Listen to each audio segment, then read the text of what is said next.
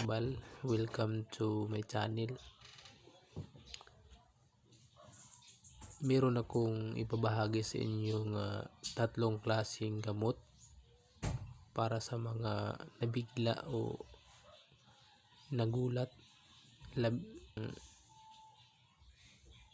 sagat tinatamaan ng sakit na ito. Ang epekto niya ay palaging nilalagnat, nagtatai at hindi magagamot ng mga gamot sa binibili sa pharmacy at magbalik-balik nga nilalagnat o tinatai. Ito ang tatlong klase nga gamot nga epektibo. Ano ang mga pangalan? Ito, mga ka-herbal, ito yung tinatawag anagdong. Ito, kung alam nyo, ang kahoy na to, anagdong ang pangalan nito. Meron kayong nalalaman na tao nga may alam sa pangalang anagdong, magpakuha kayo sa kanya.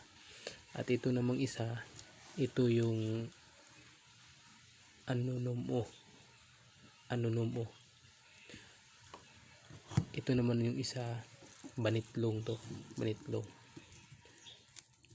Ang proseso ay ihahalo nyo ang tatlong klase na to, tatadtarin nyo ng pino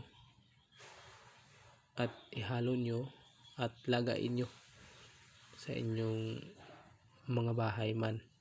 Ilaga nyo sa kaldero o rice cooker ba o kahit ano, basta malaga lang siya ng 15 minutes to 20 minutes, pwede na. Pagkatapos inom pag malamig na, ipainom nyo sa mga anak nyo o kahit malaki na pwede kapag nagulat, nabigla, o sa Bisaya yan, nasawan. Ito ang epektibong gamot para dyan. Kung may mga anak kayong maliit,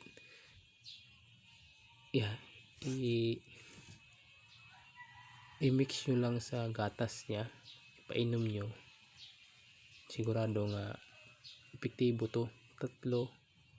Tatlong bisis nyo gawin, ang lagnat niya mawawala talaga kapag ang dahilan ay nagugulat, parang sa Bisaya, nasawan.